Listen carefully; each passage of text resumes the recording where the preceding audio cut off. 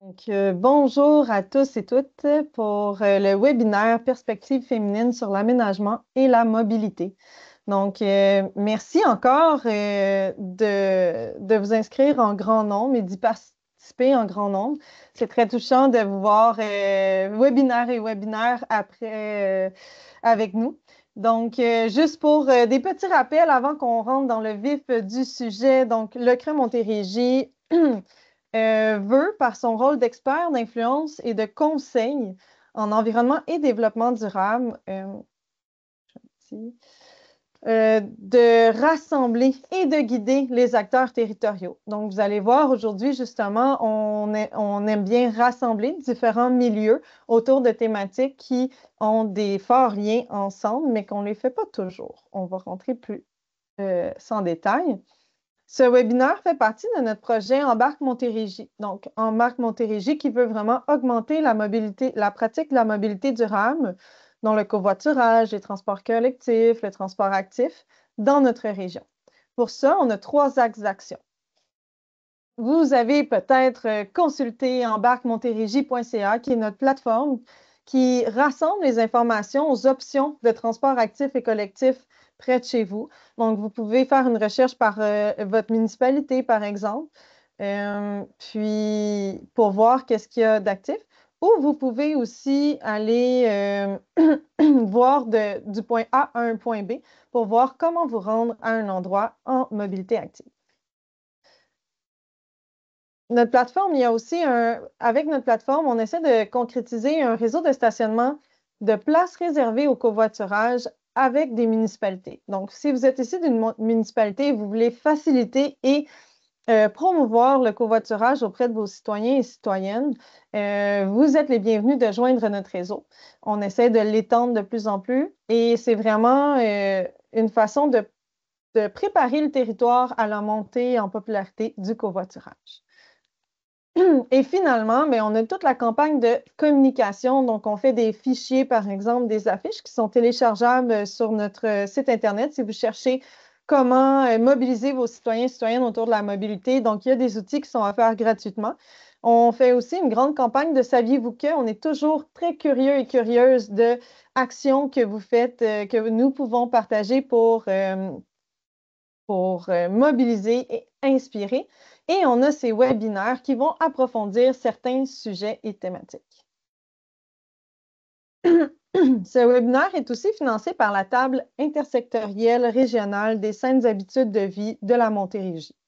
Avec ce webinaire, pour lui faire suite, en fait, on organise aussi une marche exploratoire en non-mixité. La marche exploratoire veut vraiment voir tout ce qu'on va apprendre aujourd'hui, comment est-ce qu'on le vit vraiment sur notre territoire, donc en banlieue à Candiac. Vous êtes, et juste aussi le terme en non-mixité, c'est vraiment une marche qui est exclusive aux femmes et aux personnes issues de la diversité des genres, donc des groupes qui sont marginalisés. On veut vraiment avoir cet espace de conversation et d'introspection, si on veut, dans notre environnement bâti.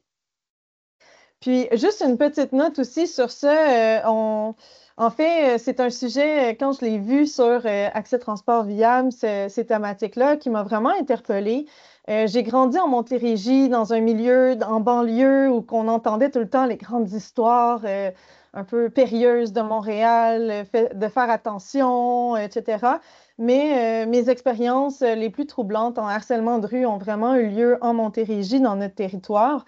Et je crois vraiment que ces risques-là sont encore présents.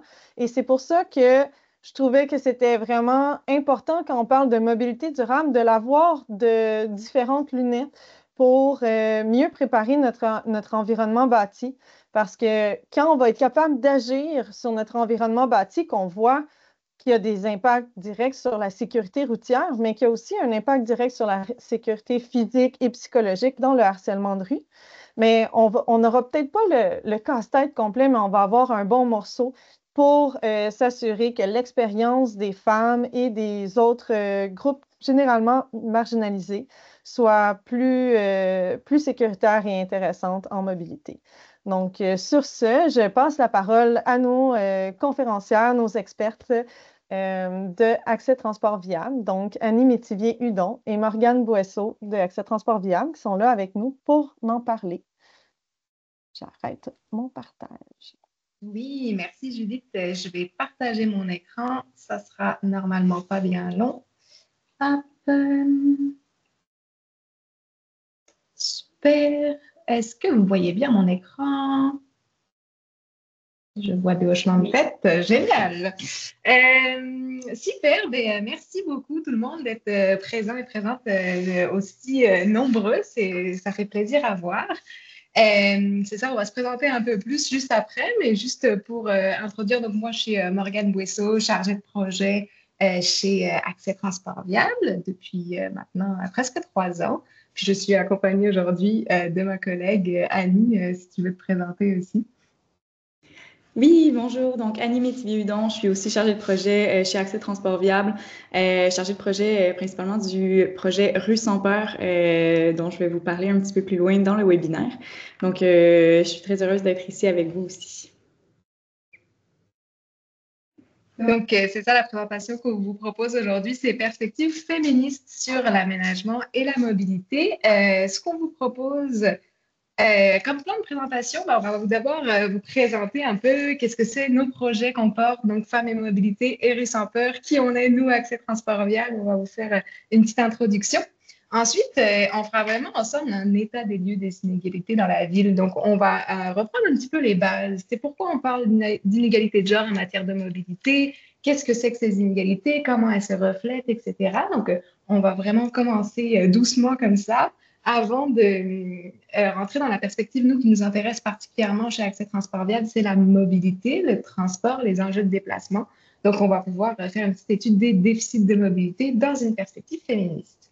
Puis, comme Annie le disait, on a mené une recherche-action qui s'appelle Rue sans peur, qu'on va vous présenter juste après, qui s'est intéressée au harcèlement de rue et au sentiment d'insécurité. Donc, on va se concentrer particulièrement sur ces enjeux-là pour comprendre comment ça influence notre mobilité et puis quel impact ça a sur la façon dont on s'approprie les espaces publics, sur la façon dont on se déplace en général. Puis ensuite, on va pouvoir discuter et échanger. Si on commence tout de suite, donc Accès Transport Viable, qui on est, nous, Accès Transport Viable? Ben, on est un organisme à but non lucratif. On œuvre dans 2 régions, donc Capitale-Nationale et Chaudière-Appalaches, donc la grande région de Québec. Puis on a 2 missions principales, c'est de promouvoir la mobilité durable, mais aussi et surtout de défendre les droits des utilisatrices et des utilisateurs des transports collectifs, mais aussi des transports actifs, donc la marche, le vélo. Puis donc, on fait tout un tas d'actions pour ces 2 missions-là. On fait de la sensibilisation, on fait de la recherche, on fait beaucoup de plaidoyer, puis on a tout un volet inclusion, réduction des inégalités chez Accès Transport Viable. Puis c'est de là que sont issus nos projets dont on va vous parler aujourd'hui, notamment le projet Femmes et Mobilité. Donc, Femmes et Mobilité, c'est un projet qui est né en fin 2019. Donc, ça fait maintenant 5 ans qu'on travaille sur ce projet-là. Puis, c'est vraiment un projet qui a pour mission de rendre visible puis de documenter les conséquences disproportionnées du déficit de mobilité des femmes, puis faire évoluer les mentalités et les politiques à cet égard. Donc, c'est vraiment un projet qu'on mène dans une perspective féministe intersectionnelle, de voir les femmes et les personnes vulnérables en général, les personnes qui sont oubliées dans la planification du transport, dans la planification urbaine, quels sont leurs besoins spécifiques, puis comment on peut faire pour trouver des solutions pour pallier les enjeux de mobilité que ces personnes-là peuvent connaître. Donc, on est un projet par et pour, c'est-à-dire que c'est par des femmes qui vivent des enjeux de mobilité, pour des femmes qui vivent des enjeux de mobilité. Donc, on a un comité de gouvernance, un comité de mobilisation avec des experts de vécu qui nous accompagnent, donc des militantes qui nous accompagnent depuis 5 ans maintenant. Puis ce projet-là, on ne l'a pas fait tout seul. Il a été fondé par le regroupement des groupes de femmes de la Capitale-Nationale et le collectif pour un transport abordable et accessible à Québec. On en est à notre 3e mouture du projet Femmes et Mobilité. Donc, on a eu Femmes et Mobilité 1, Femmes et Mobilité 2, on est à Femmes et Mobilité 3. Puis, on va vraiment se concentrer là pour cette 3e mouture sur continuer à documenter, collecter de la donnée. On va faire des formations, on a pour mission d'améliorer les compétences des personnes qui œuvrent dans le domaine de la mobilité durable, mais aussi d'améliorer les capacités, puis les connaissances et les compétences des personnes qui vivent des enjeux de mobilité. Donc voilà, en bref, pour le projet Femmes et Mobilité. Mais un constat qu'on avait fait depuis qu'on s'intéresse à ces questions-là, c'est que la question du sentiment d'insécurité, du harcèlement de rue, ça c'est quelque chose qui revient énormément dans les obstacles qui étaient mentionnés par les personnes qu'on a rencontrées. Puis c'est dans ce contexte-là qu'est né le projet Rue sans peur que ma collègue Annie va pouvoir vous présenter.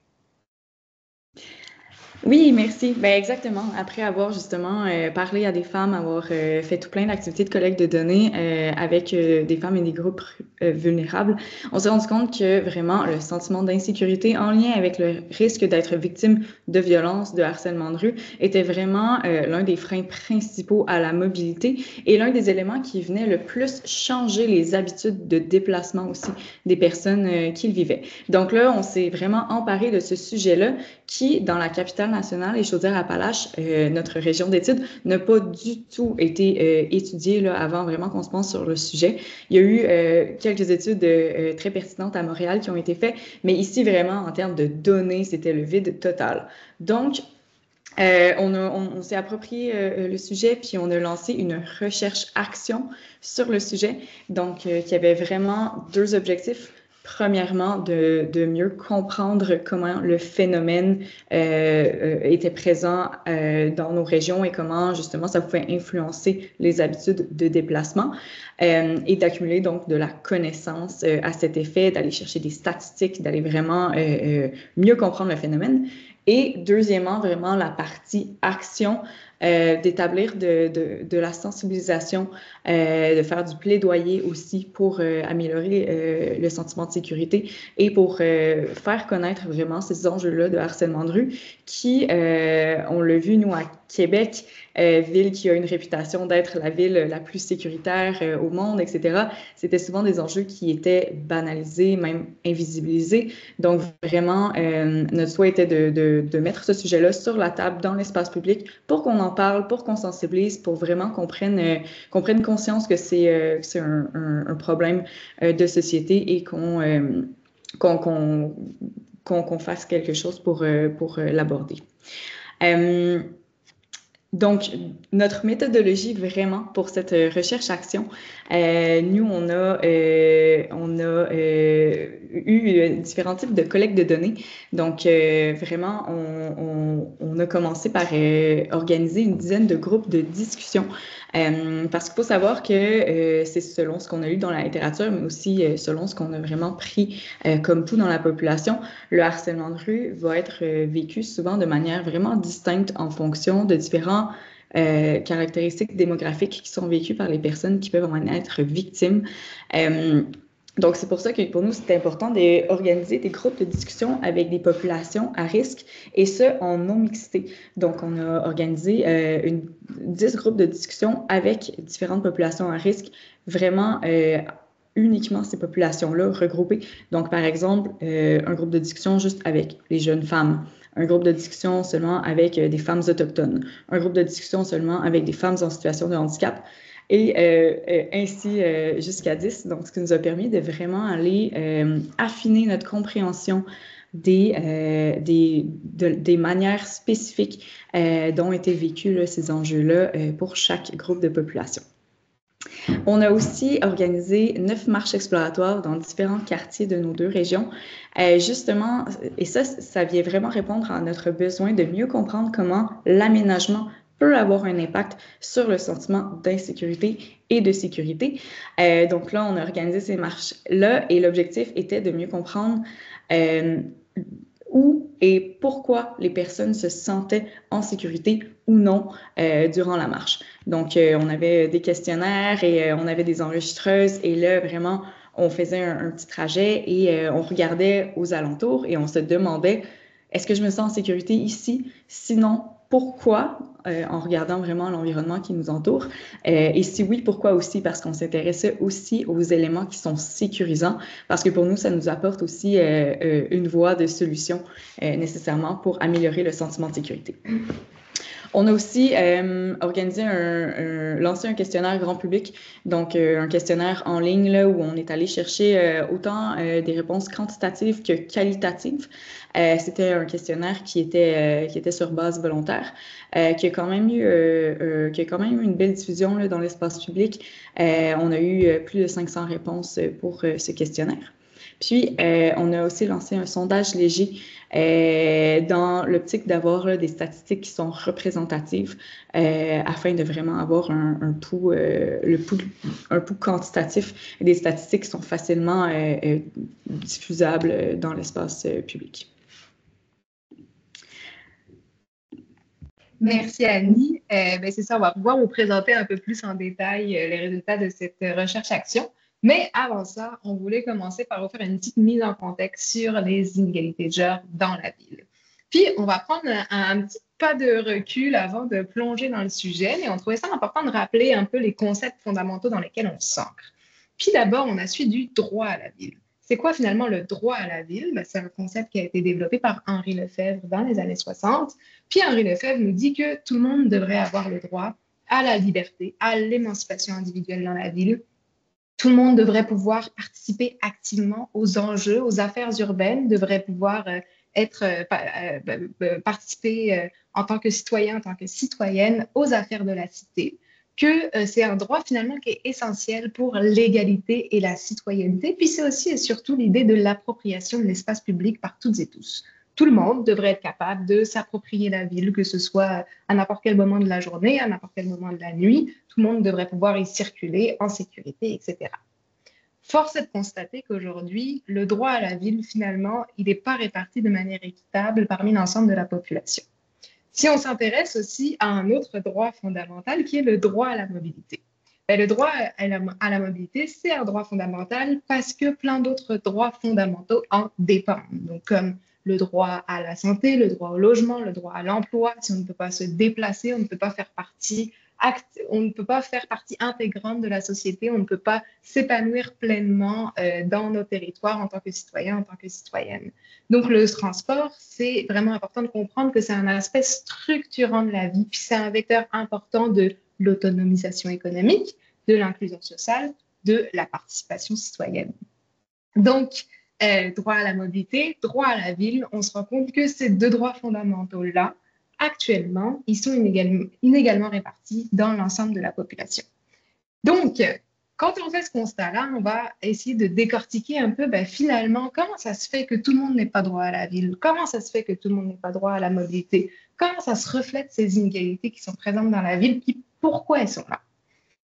Donc, pour partir de la base, finalement, on se rend compte que si on parle sur le plan décisionnel et sur le plan de la participation, on a une certaine prédominance masculine dans le domaine des transports, dans le domaine de l'aménagement du territoire, dans le domaine de l'urbanisme. C'est des métiers qui historiquement étaient très masculins. Ça tend à se modifier. Il y a de plus en plus de femmes qui participent dans ces sphères de métiers-là. Mais historiquement et encore aujourd'hui, c'est des sphères qui sont encore très masculines. Puis, on a donc une sous-représentation des femmes dans ces domaines et une absence d'intersectionnalité. C'est-à-dire que quand certaines femmes sont présentes dans ces domaines, c'est souvent des femmes qui sont assez privilégiées socialement, qui sont blanches, qui ne vivent pas forcément avec des incapacités, etc.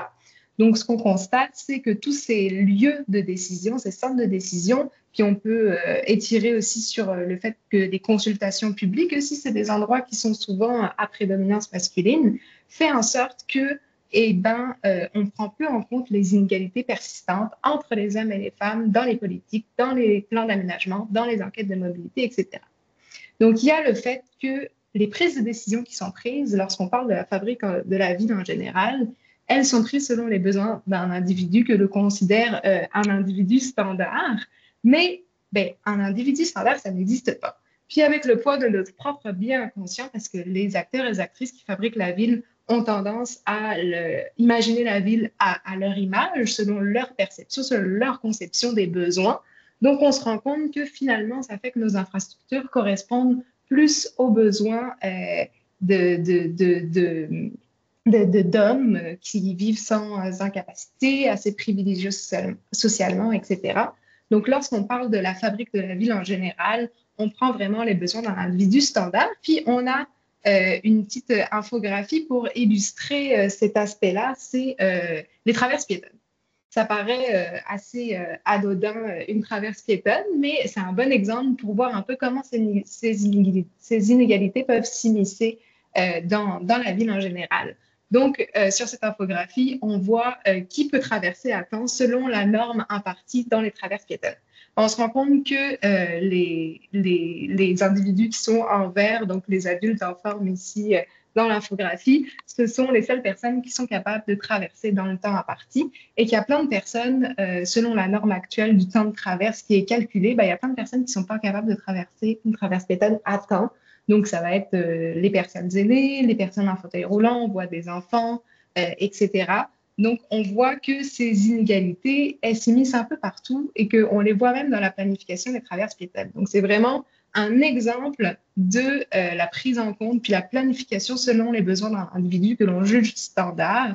Et on voit ici, avec la diversité des personnes qui seront représentées sur cette infographie, que l'individu standard, ça n'existe pas. Puis ça fait en sorte qu'il y a beaucoup de personnes qui sont laissées de côté et qui peuvent tout simplement ne pas pouvoir traverser à une intersection. Donc ça, c'est un des exemples. Il y en a beaucoup, malheureusement. On n'aura pas le temps de faire toute la panoplie, mais quand on se met à chausser ces petites lunettes du genre, on voit dans nos espaces publics, dans nos villes, que ça se reflète dans énormément d'aspects.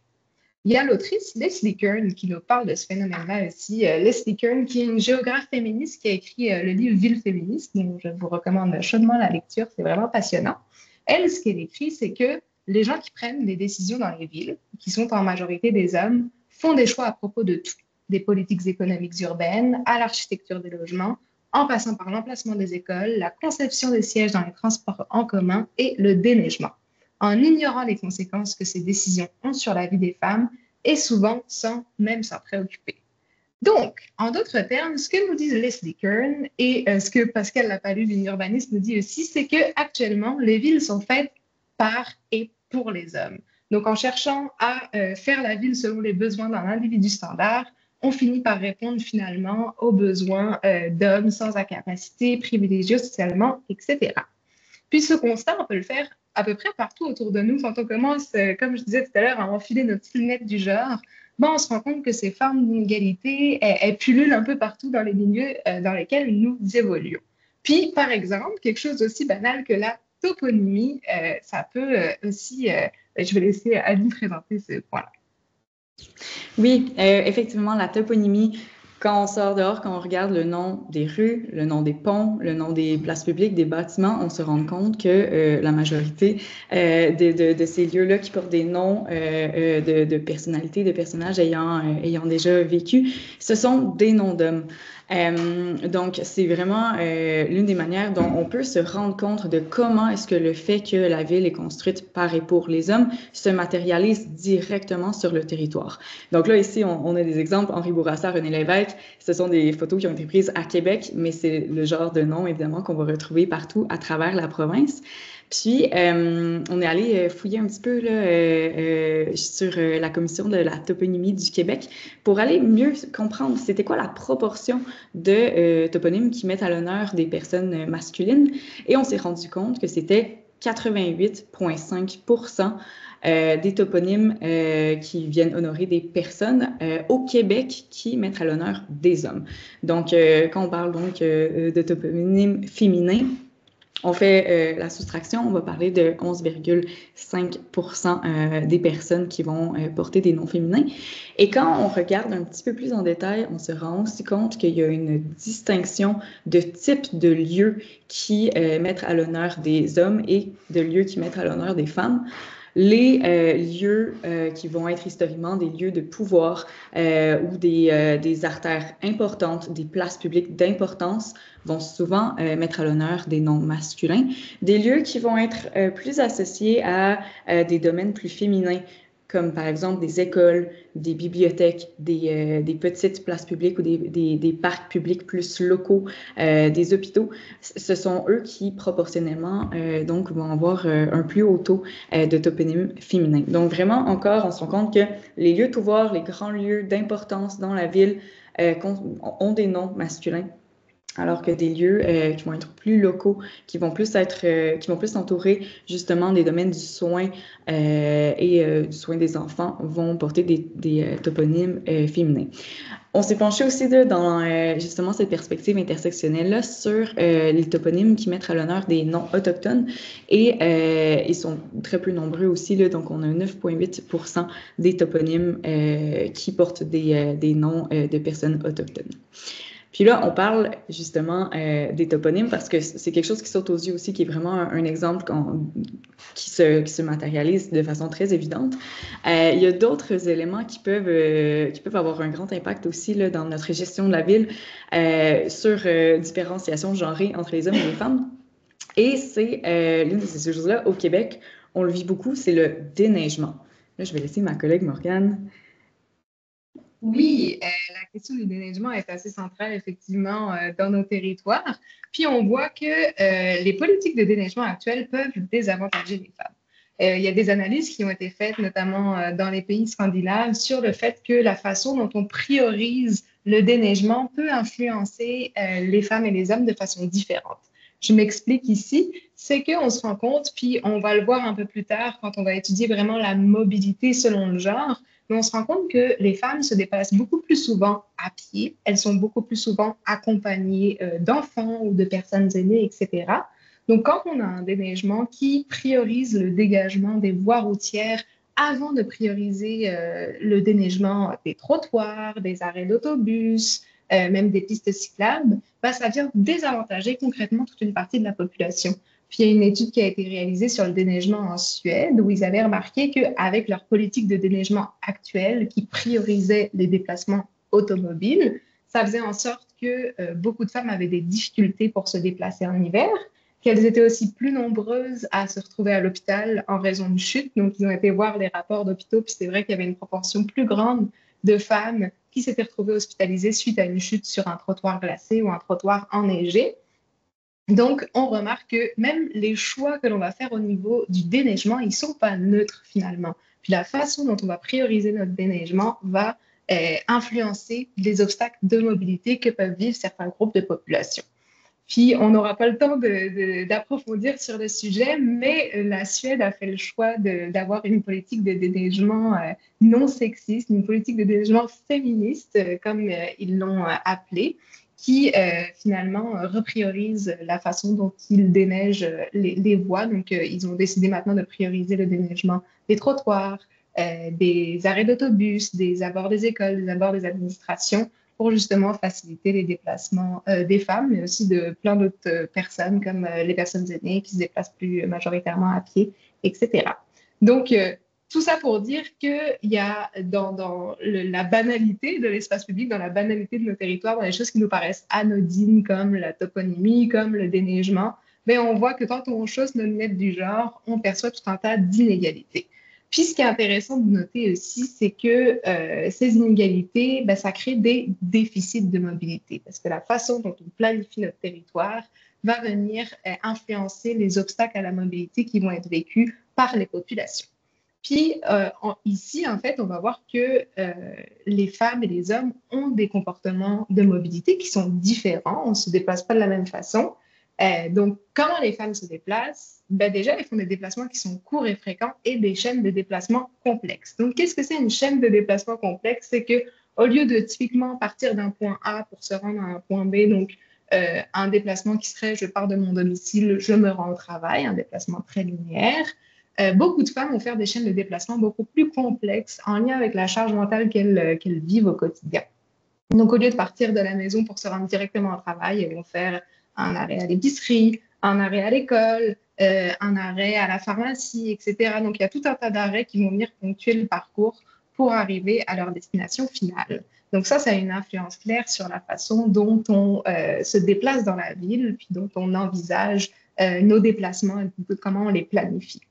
Elles sont aussi plus nombreuses à avoir des déplacements hors des périodes de pointe parce qu'elles sont plus nombreuses à occuper des emplois à temps partiel ou des emplois dans le domaine du care qui impliquent des horaires atypiques de travail, par exemple. Elles sont aussi plus nombreuses à se déplacer à pied, mais aussi en transport en commun. Elles ont aussi des déplacements qui sont plus chargés. Donc, comme on le disait tout à l'heure, les femmes sont souvent accompagnées, soit de personnes, ou des enfants, des personnes aînées, ou soit chargées littéralement parce que elles ont fait un arrêt à l'épicerie, parce qu'elles ont fait un arrêt à la pharmacie. Donc, c'est rare de voir des femmes se promener dans l'espace public, les mains dans les poches, à siffloter. Donc, c'est ça. Elles ont des déplacements qui sont beaucoup plus chargés. Puis, elles ont aussi un accès moindre à l'automobile. Parce que ce qu'on voit, c'est que dans les foyers hétérosexuels, il y a souvent le phénomène que quand c'est un ménage qui ne possède qu'une seule automobile, c'est souvent l'homme du ménage qui va le plus souvent utiliser la voiture. Donc, ça les rend dépendants d'autres modes de transport, comme les transports en commun ou les transports actifs en général. Enfin, c'est aussi des corps en mouvement perpétuel. C'est-à-dire que il y a beaucoup d'études qui montrent que les femmes ne s'approprient pas forcément les espaces publics pour y flâner, pour s'y détendre, pour prendre le temps de profiter de l'espace, mais elles vont avoir des comportements et des déplacements plus furtifs dans l'espace public. Donc, elles vont vraiment traverser un espace, traverser une place publique, mais pas forcément s'y arrêter ou prendre le temps de s'y reposer. Donc, ça crée des différences vraiment importantes entre la façon dont les hommes et les femmes se déplacent. Si on continue un peu sur la mobilité selon le genre, ce qu'il faut comprendre aussi, c'est que c'est vraiment beaucoup en lien avec la conciliation famille, travail, études. On le voyait avec les chaînes de déplacement complexes. C'est finalement toute cette planification de la logistique du quotidien va venir beaucoup influencer la façon dont les femmes vont se déplacer, avec toute la notion aussi du travail domestique mobile. Le travail domestique mobile, qu'est-ce que c'est? C'est toutes les tâches domestiques qui nécessitent un déplacement. Puis ça, on se rend compte que les hommes se déplacent 23% de moins que les femmes pour effectuer des tâches liées aux activités du ménage. Donc, le poids du travail domestique mobile va faire en sorte que les femmes passent finalement beaucoup plus de temps dans les transports. Elles passent beaucoup plus de temps à se déplacer. Donc ça, c'est aussi une contrainte temporelle parce que beaucoup de temps dans leur journée sont associés à des déplacements, mais des déplacements qui sont aussi assez courts parce que ce qui est intéressant de noter, c'est qu'on voit que si on regarde le nombre de kilomètres parcourus, les hommes font généralement plus de kilomètres et les femmes moins de kilomètres. Donc, le fait d'avoir ces contraintes temporelles, de passer énormément de temps à se déplacer, ça limite le nombre de kilomètres qui peut être parcouru à l'intérieur d'une seule et même journée. Puis ça peut avoir des impacts très concrets sur, mettons, des opportunités d'emploi. On refuse une opportunité d'emploi tout simplement parce que l'emploi est trop loin de son domicile. Donc, ça a des impacts très concrets. Il y a aussi toute la notion du sentiment de sécurité qui a un impact très direct sur la mobilité des femmes, mais ça, je vais laisser le soin à ma collègue Annie de l'approfondir. Et donc, tout ça pour dire que ce qu'on constate actuellement, c'est que les femmes vivent des déficits de mobilité importants. Elles vivent davantage d'obstacles dans leur mobilité que les hommes. Puis si on fait un petit portrait statistique vraiment rapide, donc c'est ça, nous, comme vous l'avez compris, on intervient dans la région de Québec, donc c'est des statistiques qui sont très ancrées dans notre réalité. On en a mis quelques-unes aussi pour la région de Montréal. Mais ce qu'on constate, c'est que 58% des personnes qui utilisent le transport collectif à Québec sont des femmes. Donc les femmes représentent la majeure partie de la clientèle du RTC. Puis ce qui est intéressant de noter, c'est que bien qu'elles soient majoritaires dans les transports en commun, puis en passant, cette tendance de 58%, on la retrouve à l'échelle du Canada, on la retrouve à Montréal, on la retrouve. C'est une tendance assez globale qu'on voit que les femmes sont majoritaires dans les transports collectifs en général.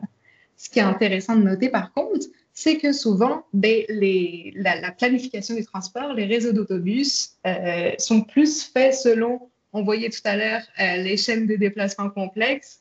On répond plus souvent à un déplacement linéaire domicile-travail plutôt que répondre aux besoins des chaînes de déplacement complexes avec une multitude d'arrêts, etc. Si on regarde par exemple un autobus express, c'est vraiment la définition même de la chaîne de déplacement qu'on voit au-dessus ici. On part de son domicile pour se rendre au travail, puis on fait le mouvement inverse à la fin de la journée. Donc, on voit qu'il y a un paradoxe ici parce que les personnes qui dépendent le plus du transport collectif sont aussi les personnes dont les besoins sont le moins répondus par le transport collectif. Sur la question du vélo, c'est aussi le cas où on voit qu'il y a une inégalité dans la pratique du vélo. On n'aura pas le temps d'approfondir dans les détails. C'est tout un pan de recherche à part entière qui est assez passionnant de voir les obstacles au vélo que vivent les femmes. Mais on note que c'est 29% des cyclistes qui sont des femmes en capitale nationale Encore une fois, c'est une tendance qu'on retrouve à l'échelle du Canada. Dans mon souvenir, c'est 34% des cyclistes qui sont des femmes à l'échelle du Canada. Donc, c'est une tendance qu'on retrouve dans toutes les régions du Québec, puis dans tout le pays aussi également. Puis si on s'intéresse aussi au sentiment de sécurité, ben, on constate que c'est 60% des femmes qui ont déclaré avoir peur de se promener seules le soir à Montréal. Puis aussi 69% des femmes cisgenres qui ont déjà subi du harcèlement de rue à Montréal. Puis Annie nous montrera tout à l'heure à quel point ces phénomènes-là ont une influence très concrète sur la capacité à se déplacer, la mobilité finalement des personnes. Si on regarde un petit peu les taux d'immobilité, on le disait tout à l'heure, les femmes vivent un déficit de mobilité important. Puis ça, les enquêtes de mobilité nous le montrent aussi. Si on étudie les taux d'immobilité, on voit qu'ils sont à 15,9%. Là, on parle de la région de Québec. C'est à peu près les mêmes tendances aussi qu'on voit ailleurs. Mais 15,9% de la population de la région de Québec vit des déficits de mobilité. Si on s'intéresse à cette donnée-là selon le genre, on voit que c'est 17,6% des femmes et 14% des hommes. Donc, les femmes sont plus nombreuses à vivre un déficit de mobilité dans la région de Québec. On a parlé de la mobilité selon le genre, mais c'est super important de comprendre qu'il y a plein d'autres facteurs qui vont venir influencer la mobilité des personnes. C'est pour ça que c'est nécessaire d'adopter la perspective intersectionnelle. Pour faire bref, la perspective intersectionnelle, c'est vraiment l'idée de prendre les autres facteurs identitaires qui vont venir influencer les obstacles à la mobilité vécus par les personnes.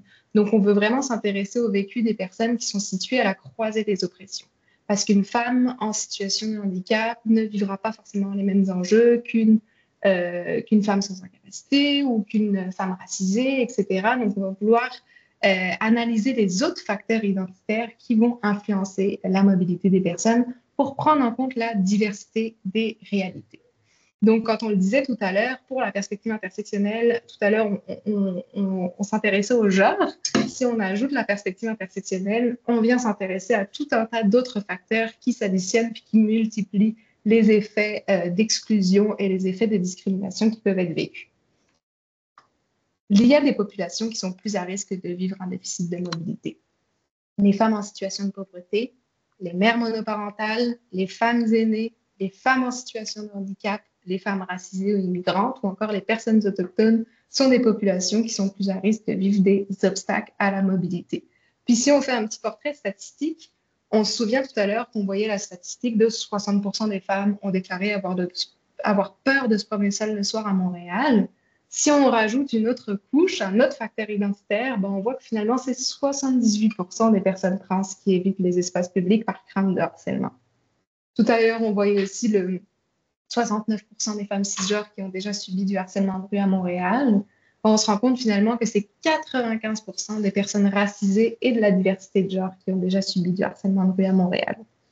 Tout à l'heure, on voyait aussi que c'est 18% des femmes qui ont déclaré être immobiles à Québec.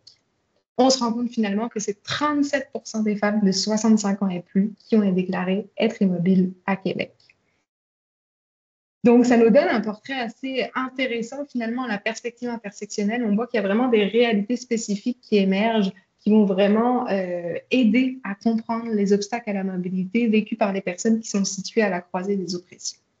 Puis là, ce qui ressort beaucoup lorsqu'on parle d'inégalité en matière de mobilité, c'est le sentiment d'insécurité et aussi le phénomène de harcèlement de rue. Donc, il influence énormément les déplacements. Donc, on vous propose d'approfondir un peu cette thématique pour laquelle, c'est ça, Annie nous expliquait, on a mené une recherche-action. Elle va pouvoir vous présenter un peu dans les grandes lignes les résultats de cette recherche-là. Oui, merci. Effectivement, le projet Rue sans peur donc, a établi un petit portrait du harcèlement de rue et du sentiment d'insécurité dans la région Capitale-Nationale, Chaudière-Appalaches. Il y a déjà justement des études qui ont été faites dans la région de Montréal. Je crois qu'on peut dire aussi là, que beaucoup de des statistiques et des données qui vont être présentées aujourd'hui, justement, concernent notre région, mais peuvent certainement là, être extrapolées à des régions comme la Montérégie, par exemple, où les réalités sont sensiblement les mêmes. Avant toute chose, avant de plonger vraiment dans les résultats, on va juste s'entendre sur notre petit cadre conceptuel sur lequel nous, on s'est basé pour définir premièrement le harcèlement de rue et deuxièmement le sentiment d'insécurité parce que ce sont quand même des concepts pour lesquels nous, on a utilisé une définition précise. Spécifiquement, le harcèlement de rue, nous, on le conçoit et c'est une définition qui nous a été inspirée par le Centre d'éducation et d'action des femmes de Montréal qui a mené les études à Montréal. Donc, on a pas mal réutilisé leur définition qu'on trouvait convenait parfaitement là, à ce que nous, on concevait comme du harcèlement de rue.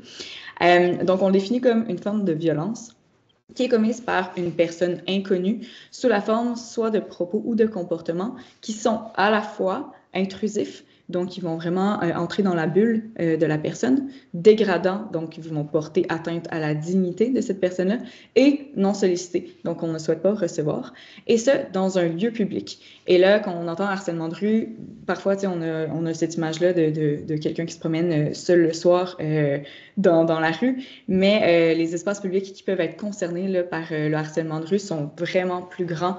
On parle justement autant d'un parc, un autobus, un bar, centre commercial, la bibliothèque, la piscine publique, un restaurant, tout ce qui n'est pas vraiment un espace privé, donc chez quelqu'un, peut être considéré là, comme la rue dans l'expression harcèlement de rue.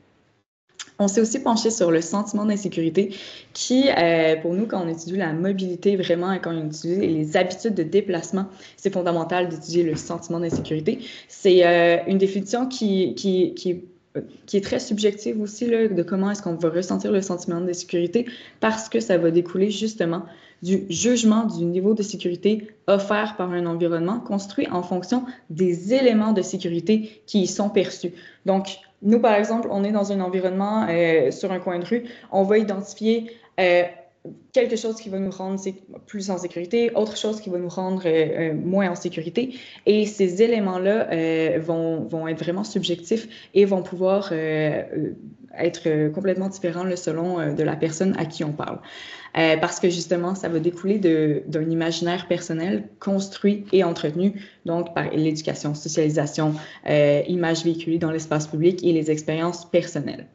Donc, on a remarqué dans notre étude qu'il y avait certains éléments qui pouvaient générer beaucoup de sécurité chez certaines personnes, comme par exemple la présence d'agents de sécurité ou la présence policière. Pour d'autres personnes, c'est des éléments qui vont être plus insécurisants. On a vécu la même chose avec la présence de certains commerces, par exemple, de proximité, qui pour certaines personnes vont être vraiment des oasis de sûreté. Pour d'autres personnes, puisque ce sont des lieux où elles pourraient ne pas se sentir les bienvenues, c'est des lieux qui sont neutres et qui même peuvent entretenir leur sentiment d'insécurité. Donc, cet aspect subjectif-là, personnel-là, doit vraiment être pris en compte et c'est pour ça que nous, on encourage à aller chercher une diversité d'expériences et une diversité de populations quand on fait, par exemple, des marches exploratoires pour vraiment avoir un pouls le plus diversifié possible des expériences. Le sentiment d'insécurité, nous, on le lie toujours à un sentiment de vulnérabilité personnelle aussi. Il n'est pas défini ici, là, mais c'est quelque chose qu'on a beaucoup noté là, dans le cadre de notre recherche, qu'une personne va se sentir beaucoup plus insécure si elle se sent vulnérable. Et là, la vulnérabilité, ça va être créé par certaines caractéristiques démographiques, comme par exemple l'âge. Parfois, quand on est plus jeune, quand on est plus vieux, on se sent plus vulnérable pour des raisons de santé, des raisons physiques, des raisons d'expérience aussi. Ça peut être influencé par la présence de handicap aussi. La vulnérabilité, ça peut être influencé par l'accès à des ressources monétaires, l'accès à des ressources sociales aussi. D'avoir un bon réseau, là, ça peut diminuer ce sentiment de vulnérabilité-là. Donc, typiquement, les personnes aînées en situation de handicap, avec moins de ressources monétaires, avec un réseau social moins important, vont vivre plus de vulnérabilité et donc leur sentiment d'insécurité est plus à risque d'être plus élevé aussi. Donc, ces définitions ayant été présentées, on va se pencher sur les résultats de notre recherche-action, principalement de notre statistique principale là, qui est le taux de victimation de harcèlement de rue dans la capitale nationale. Donc, des données qui sont issues de notre sondage léger. Et ce qui a ressorti vraiment, c'est que c'est 64% des femmes qui ont déjà été victimes de harcèlement de rue dans leur vie dans notre région et 58% des hommes. Donc, c'est un taux qui est assez élevé et qui est à peu près le même là, que celui qu'on retrouve à l'échelle canadienne et à l'échelle de la ville de Montréal aussi. Quand on s'est penché, par contre, à travers justement soit le sondage léger ou soit notre questionnaire maison, nous, on a voulu savoir, oui, d'accord, tu sais, on a les chiffres pour les hommes, on a les chiffres pour les femmes, mais considérant la diversité des vécus en lien avec le harcèlement de rue, on voulait savoir c'était quoi le taux de victimation des personnes en fonction de différents critères démographiques et en fonction justement de cette intersectionnalité-là. Donc, à travers les données qu'on a réussi à récolter du sondage léger, on s'est rendu compte, là on l'a déjà dit, que c'était 64% des femmes, 58% des hommes qui avaient déjà vécu du harcèlement de rue. Quand on se penche sur le facteur de la jeunesse, on se rend compte que c'est 72% des adolescentes qui ont déjà vécu du harcèlement de rue. Donc le taux augmente déjà. Et les jeunes femmes, on le sait, c'est beaucoup du harcèlement de rue à caractère sexuel qui nous a été rapporté, notamment à ce niveau-là. Quand on se penche aussi sur les personnes en situation de handicap, c'est 79% des personnes en situation de handicap qui ont déjà vécu une situation de harcèlement de rue. Ces trois chiffres-là proviennent du sondage léger. Il y a certaines populations qu'on n'a pas réussi à aller rejoindre en assez grande quantité avec le sondage léger pour avoir des données qui étaient représentatives. Donc, on est allé chercher ces mêmes données-là avec notre questionnaire maison. Donc là, ce qu'on vous a présenté comme données, c'est des données représentatives. Ce qui va être présenté en jaune, là, vraiment, on va voir la différence d'encadré, ça va être des données qui vont plus démontrer des tendances. Mais justement, les personnes qui font partie de la diversité sexuelle, quand on se penche sur leur vécu, c'est 75% des femmes de la diversité sexuelle qui ont déjà vécu un épisode de harcèlement de rue dans leur vie. Quand on se regarde le statut migratoire, c'est 47% des femmes immigrantes qui ont déjà vécu un épisode de harcèlement de rue, et ce, dans la région de la Capitale-Nationale et Chaudière-Appalaches. Quand on se penche sur la transidentité, c'est 67% des femmes trans. Quand on s'intéresse aux personnes aînées, aux femmes aînées, on se rend compte que c'est 57% des femmes aînées qui ont déjà vécu un épisode de harcèlement de rue. L'aspect du revenu aussi nous est apparu comme une donnée qui sortait vraiment aussi de la moyenne là, de chiffres. Donc, c'est 79% des personnes qui gagnent moins de 40 000 $ qui ont déjà été victimes de harcèlement de rue. Et ça va être un objet d'étude en soi. Mais nous, on suppose là, que l'aspect mode de transport et l'aspect avoir le choix de son mode de transport aussi en fonction de l'heure, en fonction de tout plein de facteurs peut avoir une influence là, sur le taux de victimation des personnes justement qui n'ont pas toujours ce choix-là à leur disposition. On s'est penché aussi sur les modes de transport parce que chez Accès Transport Viable, on se porte à la défense justement des personnes qui utilisent les modes de transport durables comme la marche, l'autobus, le vélo, etc. Et on s'est intéressé vraiment à la distinction entre les réalités vécues en termes de harcèlement de rue chez les personnes qui utilisent différents modes de transport. Ce qu'on s'est rendu compte, c'est que les personnes qui utilisent les modes de transport durables comme l'autobus vivent plus de harcèlement de rue, on suppose, de par leur position de vulnérabilité, position plus vraiment dans les places publiques, dans l'espace public. Des personnes, évidemment, qui attendent l'autobus, qui marchent, qui font du vélo, sont plus vulnérables que des personnes qui sont dans des voitures avec, on peut imaginer, fenêtres relevées, portes barrées, etc., qui sont littéralement physiquement coupées du monde extérieur. Là, ici, on a la proportion pour les personnes qui se déplacent en transport en commun, justement, les femmes. On sait que les arrêts d'autobus, que les terminus d'autobus sont des lieux qui sont particulièrement anxiogènes, justement, de par l'immobilité dans laquelle on est obligé d'être maintenu et de par le caractère parfois isolé et désert là, de certains terminus d'autobus et même de certains arrêts d'autobus. Et là, je vais peut-être aborder rapidement aussi, là, quand on parle de mode de transport, il y a eu un taux très élevé aussi là, de cyclistes qui nous ont rapporté avoir un sentiment d'insécurité fort en raison là, du harcèlement de rue anticycliste qui existe à Québec et qui existe partout, là, donc des actes d'intimidation vécus par des automobilistes. C'est des éléments que nous, on compte comme étant du harcèlement de rue. Quand on se penche sur la caractéristique de la couleur de peau, ce sont 80% des femmes racisées qui ont déjà vécu du harcèlement de rue, donc dans le Capitale-Nationale et Chaudière-Appalaches. Et là, tout comme pour du harcèlement de rue à caractère, du harcèlement de rue fait envers les personnes en situation de handicap, envers les personnes de la diversité sexuelle, etc., on peut s'imaginer là, que c'est du harcèlement de rue qui est à l'intersection entre harcèlement de rue à caractère sexiste et sexuel et harcèlement de rue à caractère haineux, notamment raciste, capacitiste, homophobe, transphobe, etc.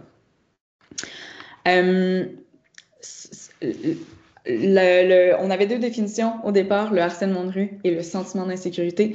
Les deux sont foncièrement liés. Il y a une corrélation très forte entre avoir été victime de harcèlement de rue et ressentir de l'insécurité dans nos déplacements. Et ça, on l'a vu directement avec nos données légers. Donc, on s'est rendu compte que dans la Capitale-Nationale Chaudière-Appalaches, dans la population générale, c'est 34% des femmes et 10% des hommes qui ressentent un sentiment de sécurité faible lors de leur déplacement à pied le soir dans leur propre quartier. Quand on pose la question aux personnes qui ont été victimes de harcèlement de rue dans les 5 dernières années, ce taux-là fait presque doubler. Donc, c'est 54% des femmes et 20% des hommes. Donc, on se rend compte vraiment de l'impact direct qu'a le harcèlement de rue sur le sentiment d'insécurité et ce que ça peut avoir comme impact ensuite de ça sur les déplacements. Parce que qui dit sentiment d'insécurité dit changement d'habitude de déplacement. Et là, ces changements d'habitude-là, on a récolté une liste longue comme mon bras qui vont de changer son trajet à changer son mode de transport, à transporter des objets qui nous apportent de la sécurité comme des sifflets, des alarmes personnelles, du poivre de Cayenne, etc. Ce qui nous a été rapporté le plus souvent comme stratégie par les personnes pour assurer leur sentiment d'insécurité, c'est de rester chez soi. C'est une réalité qui a été vécue, donc au moins une fois dans les 5 dernières années par 22% des femmes et 12% des hommes qui se sont déjà empêchés de se déplacer par crainte de vivre du harcèlement de rue ou des violences au moins une fois dans les 5 dernières années. Ce qui est déjà un taux qui est important, c'est des chiffres élevés. Quand on a posé la question aux personnes qui avaient déjà été victimes de harcèlement de rue dans les 5 dernières années, ce taux-là plus que triple. Donc, 75% des femmes qui ont déjà vécu du harcèlement de rue dans les 5 dernières années, 55% des hommes se sont déjà empêchés de se déplacer par crainte de vivre du harcèlement de rue au moins une fois dans les 5 dernières années. Donc, c'est des chiffres importants et qui ont des impacts collatéraux très importants là, dans la vie des gens. Premièrement, on en a parlé tout à l'heure, de ne pas se déplacer. Ça fait en sorte qu'on peut moins facilement répondre à nos besoins fondamentaux, se nourrir, se loger, s'habiller, aller à des rendez-vous médicaux parfois aussi, on le sait, qui sont tard le soir dans certains lieux. Et ça fait aussi, deuxièmement, qu'on a plus de difficultés ou qu'il y a plus de freins à notre implication citoyenne. Et qui dit implication citoyenne dit aussi de prendre les moyens et d'avoir l'opportunité de faire connaître ses enjeux, de faire avancer sa situation sociale, matérielle, économique, etc. Ce qui fait en sorte que le cercle vicieux un peu de une personne qui est en situation de vulnérabilité, de marginalité, en vivant de l'insécurité, va avoir moins de chances d'exprimer ses besoins, ses souhaits en termes d'aménagement et en termes de sentiment de sécurité. Il y a d'autres impacts aussi, on les nommera pas tous, mais chez Accès Transport Viable, on s'est penché sur cette question-là de OK, mais tu sais, si les personnes qui se déplacent par des modes de transport durable sont plus nombreuses à vivre du harcèlement de rue, un sentiment d'insécurité, bien clairement, tu sais, il y a un paradoxe et nécessairement, pour continuer de faire la promotion du transport durable en étant à l'aise et en prenant soin et en offrant une importance au sentiment de sécurité des personnes, on doit s'assurer nécessairement que ces personnes-là puissent ressentir de la sécurité dans leur déplacement. On a d'ailleurs un témoignage d'une femme qui a participé à l'une de nos marches exploratoires qui nous exprimait qu'à Québec, donc ses expériences vécues ont fait en sorte qu'elle a vraiment eu la difficulté à reprendre l'autobus. Elle aimerait ça, donc pouvoir réintégrer cette façon écologique et économique de se déplacer, mais que pour elle, c'est un réel défi parce que de se promener à pied seule, seulement ça, elle ne se sent pas en sécurité. Donc, pour nous, ça doit faire partie vraiment des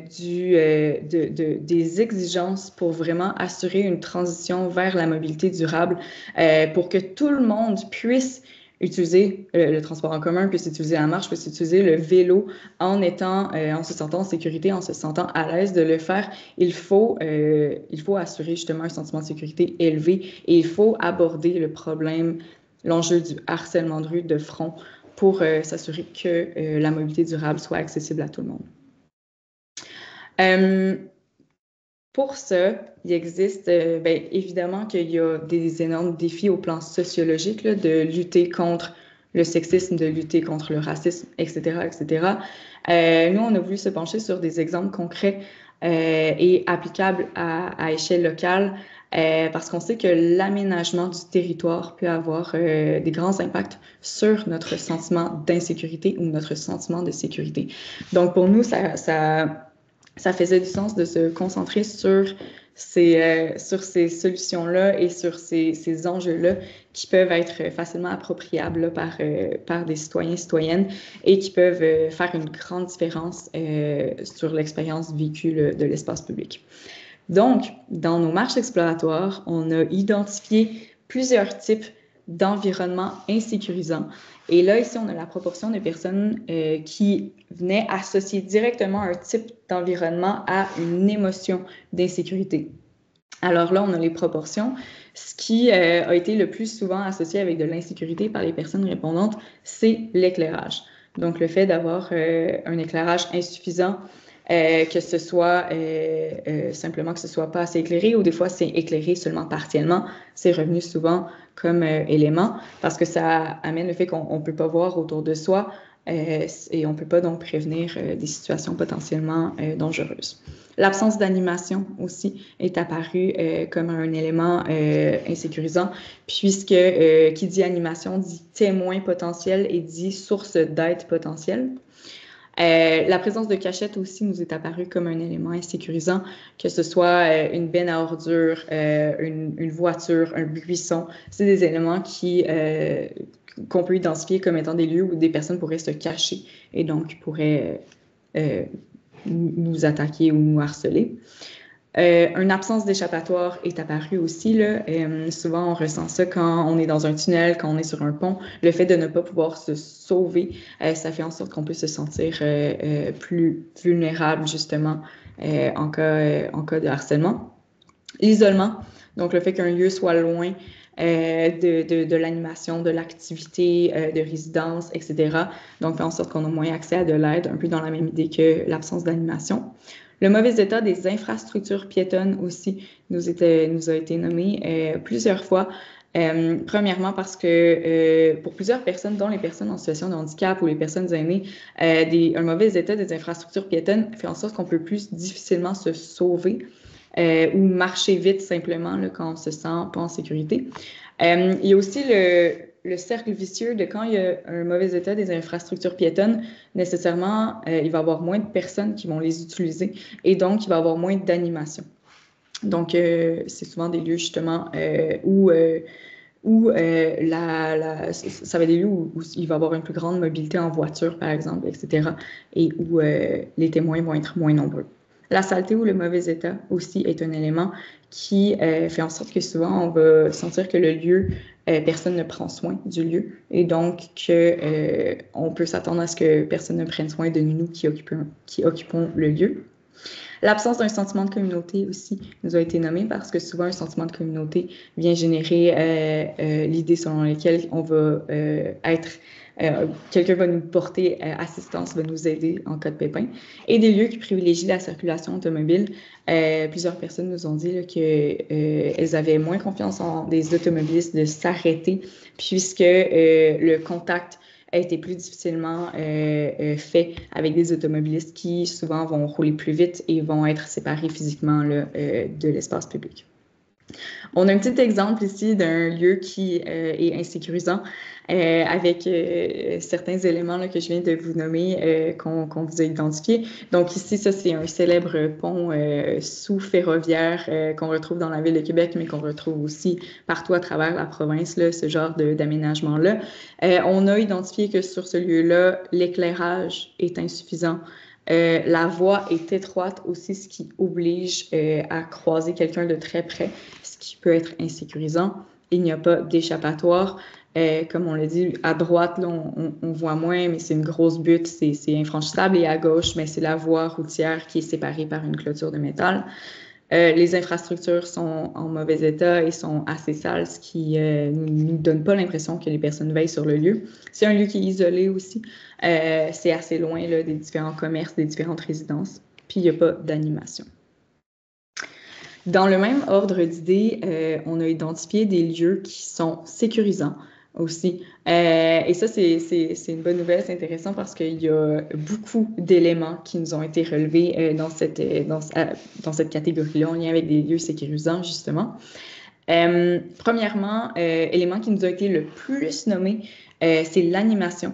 Et ça, c'est intéressant parce que précédemment, quand on parlait de lieux insécurisants, c'était avant tout le manque d'éclairage et en deuxième, l'animation. Mais quand on parle de lieux qui sont sécurisants, là, on nomme premièrement l'animation.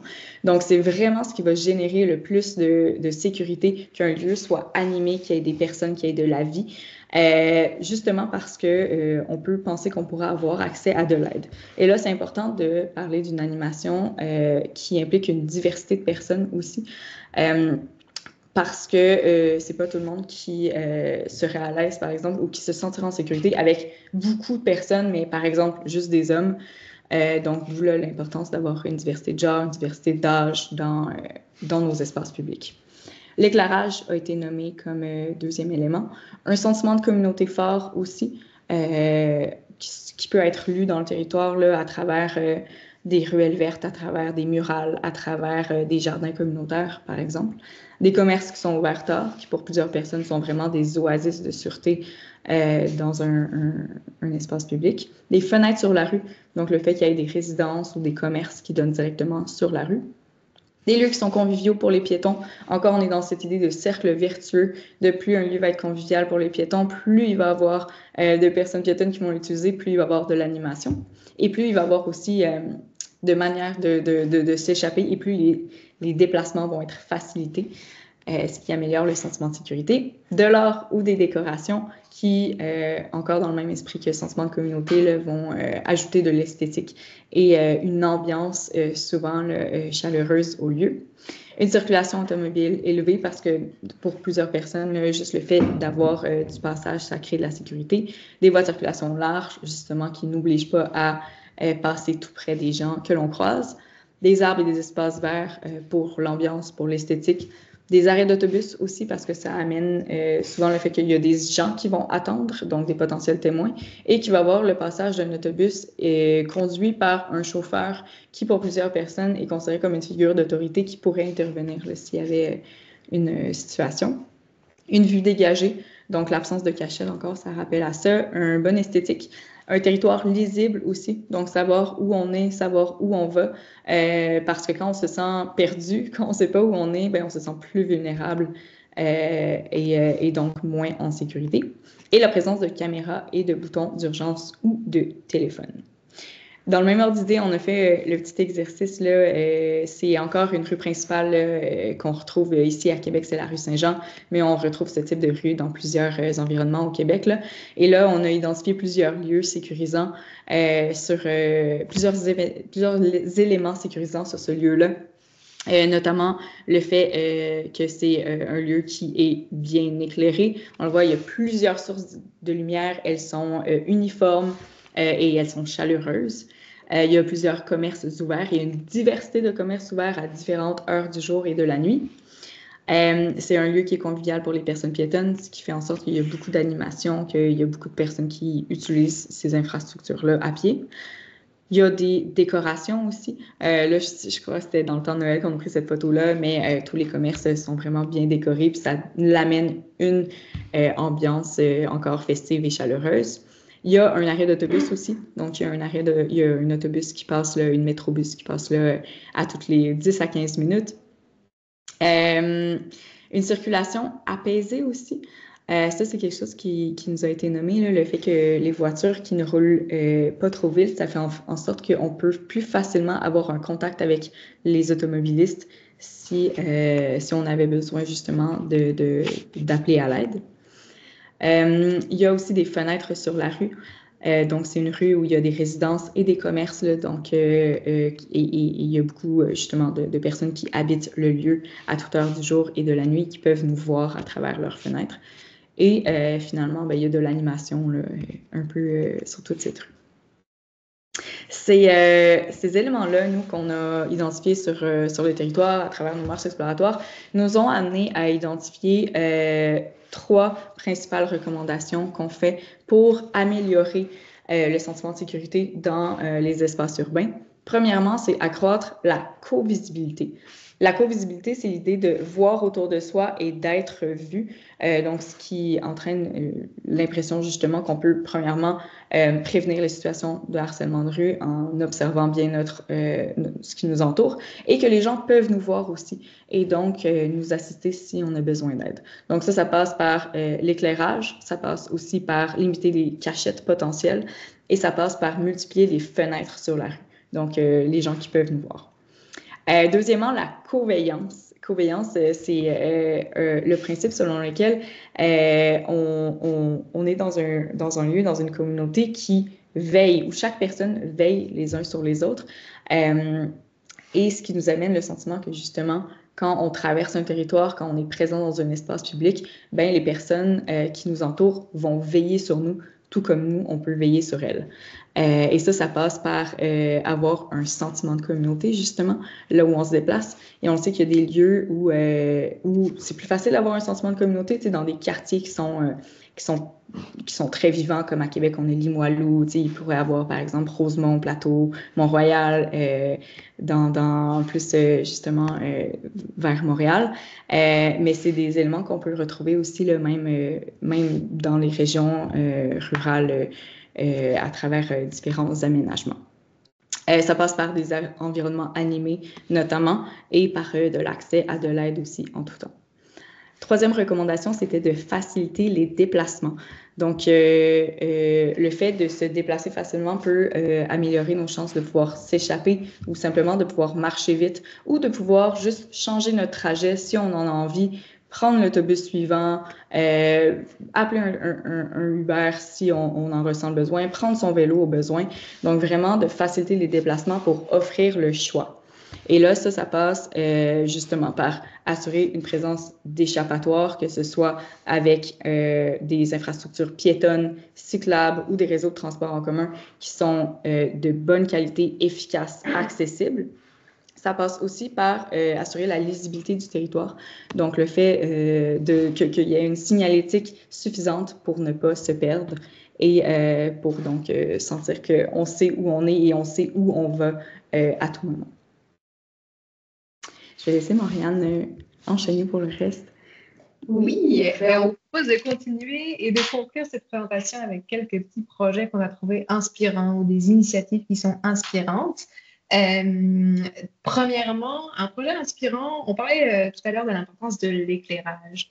Puis parfois, on se dit, ben oui, éclairer, il faut éclairer plus, toujours plus, mais c'est pas forcément éclairer plus, mais surtout éclairer mieux, éclairer plus intelligemment, puis essayer de jouer avec l'éclairage, donc avoir un éclairage, ça peut être ludique, ça peut être fun, ça peut favoriser la création d'ambiances, donc des ambiances chaleureuses, etc. Donc, on vous a mis un exemple ici du tunnel ruche d'abeilles en Suède, mais je pense que c'est un bon exemple qui montre, ben, ici, on a quelque chose qui est un éclairage qui est uniforme, ça crée une ambiance chaleureuse, c'est aussi une forme d'art urbain, ça crée tout de suite une atmosphère beaucoup plus conviviale. Donc, on voit ici comment on peut jouer avec les lumières pour avoir quelque chose qui vient renforcer le sentiment de sécurité. Il y a d'autres initiatives aussi qui peuvent venir renforcer le sentiment de sécurité. Il y a aussi les ruelles vertes. Oui, des ruelles vertes. On les a identifiées, là, des ruelles, comme étant des lieux où on a typiquement un sentiment d'insécurité fort parce que souvent c'est mal éclairé, c'est très peu animé, il y a des cachettes partout. Donc l'initiative des ruelles vertes vient vraiment inverser la tendance où en installant justement de l'art, des décorations, de la végétation, des belles murales, en améliorant l'esthétique du lieu et en créant des lieux qui peuvent être animés et qui peuvent être appropriés par la population. Mais là, ça fait en sorte que ces aménagements-là, qui étaient vraiment complètement à l'opposé du spectre dans un sentiment d'insécurité, ben là, vont être des environnements qui vont être sécurisants de par le sentiment de communauté qu'ils vont transmettre. Et de par le fait que, justement, ça va être des lieux où on va se sentir, où on va sentir qu'on est plus veillé. Il y a plus de gens qui peuvent veiller sur nous et qu'il y a plus de personnes présentes aux alentours pour nous assister en cas de besoin. Un deuxième exemple, et ça, on les a appelés les détails qui font la différence, et c'est les espaces dédiés aux différents modes de transport. Et là, quand on parle d'espace dédié, on va parler d'une signalisation claire qui indique précisément qui peut emprunter différentes voies et qui ne peut pas. Donc là, on voit, là, on a une piste cyclable, on a une traverse piétonne qui est vraiment bien indiquée. Que ces espaces-là sont sécuritaires pour la pratique de ces modes de transport qui y sont associés. Et ça évite des conflits d'usage. On en a parlé un petit peu tout à l'heure du fait qu'il y avait certains cyclistes mais piétons aussi, là, dans le cadre de notre étude, qui nous ont rapporté avoir été victimes d'intimidation de la part d'usagers d'autres modes de transport. Et c'est justement d'avoir des environnements qui offrent une signalétique claire sur qui peut utiliser certaines voies. Ça vient éviter ces conflits d'usage-là et ça vient diminuer les chances de se faire, qu'une personne se fasse intimider par d'autres usagers de la route qui pourraient penser avoir plus droit que d'autres à certaines voies de circulation. Et là, on peut penser typiquement à des automobilistes envers des cyclistes, envers des piétons, mais on pourrait penser aussi à des cyclistes sur des pistes cyclables ou des voies multifonctions qui roulent très vite et qui pourraient intimider d'autres personnes qui sont plus lentes ou etc. Sur cette même voie. Et un dernier exemple, je vais laisser ma collègue vous le présenter. Oui, pour conclure, mon petit préféré, c'est le tunnel Lève à Ouméa. Donc, pourquoi c'est un projet inspirant? Parce qu'on trouvait que selon notre grille d'analyse, il cochait plein de cases. Déjà, on regarde en termes de toponymie. C'est un tunnel qui met à l'honneur une autrice locale qui s'appelle Sarah Lidman. Et en fait, ce tunnel-là, toutes les cloisons du tunnel, on ne le voit pas très bien sur la photo, mais c'est les mots de Sarah Lidman, donc tous ces écrits qui sont mis sur les cloisons du tunnel, écrits à la plume de sa main. C'est pas elle qui a écrit directement sur les murs, mais c'est une œuvre artistique. C'est ça qui met à l'honneur son travail. En termes de covéance, c'est ça, on a une présence d'art urbain, on a aussi une ambiance sonore parce que il y a des boutons sur lesquels on peut appuyer dans le tunnel où on entend la voix de Sarah Lidman qui récite ses propres textes. Donc, c'est ça, en termes de covéance, je pense qu'on ne peut pas faire mieux. L'idée qu'il y ait une communauté bienveillante qui prend soin du lieu, qui est présente, qui habite le lieu, je pense que le message est passé. En termes de co-visibilité aussi, on a vraiment un effort qui a été fait sur la lumière avec des ambiances lumineuses, avec justement ces panneaux lumineux qui mettent en valeur les textes de Sarah Lindman. Mais aussi, on a des entrées larges et arrondies pour essayer de casser un peu l'effet tunnel, l'effet recoin, cachette. Ils ont vraiment réalisé, on le voit encore pas très très bien sur les photos, mais c'est vraiment des entrées qui sont très larges, très arrondies, ce qui fait qu'en termes de visibilité, on peut voir vraiment assez loin, on peut voir dans quoi on s'embarque avant d'entrer dans ce tunnel-là. Ils ont ajouté des puits de lumière pour faire rentrer la lumière naturelle par le dessus du tunnel. Puis, il y a aussi un achalandage qui est très élevé parce que c'est devenu une petite particularité locale, parce que c'est une infrastructure vraiment intéressante. Donc, forcément, ça attire de nombreuses personnes qui se sentent encouragées à venir visiter ce tunnel-là. Donc, ça rajoute des témoins potentiels, des yeux sur la rue, de l'animation qui va venir faire vivre ce tunnel-là. Puis aussi, en termes de présence d'échappatoire, ils ont pensé à mettre une sortie additionnelle au milieu du tunnel. On le voit sur la photo à gauche, c'est vraiment l'escalier avec la lumière qui sort ici. Donc, pour encore une fois casser cet effet tunnel-là, on a une petite sortie additionnelle qui a été ajoutée. Donc voilà pour ces projets inspirants. Puis pour conclure très rapidement, face à tout ça, comment on fait pour faire la ville pour tout le monde? On n'a pas de recette magique évidemment, mais déjà en valorisant le savoir expérientiel des personnes, je pense que ça c'est une grande leçon qu'on a retirée de notre recherche-action, c'est que les personnes citoyennes savent plein de choses, faire confiance à leur savoir expérientiel, puis en tirer des leçons. Puis aussi, nous, ce qu'on préconise, c'est l'application de l'ADS+. Donc, l'analyse différenciée selon le sexe dans une perspective intersectionnelle.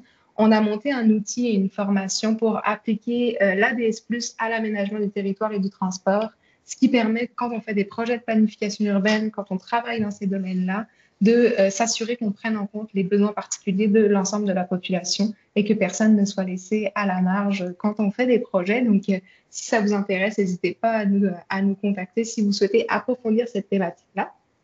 Et puis, je vous l'annonce en grande primeur, mais nous sortons bientôt une communauté, la communauté Mobilité Plurielle, qui est en fait le premier réseau pan-québécois sur les thématiques de la mobilité solidaire, de la mobilité inclusive. Donc, on va dévoiler une boîte à outils, il y aura du contenu exclusif pour les membres de la communauté, on organisera des rencontres pour réseauter, pour s'échanger des bonnes pratiques, il y aura une infolettre. Donc, un beau projet qui est en cours de construction et qui devrait commencer à naître dans les prochaines semaines. Donc, c'est ça. Je vous remercie pour votre attention. Je vous ai mis nos contacts si vous êtes intéressé pour approfondir un peu ces thématiques-là ou en savoir plus sur la communauté Mobilité Plurielle. Ça va nous faire plaisir de vous répondre. Donc, merci beaucoup.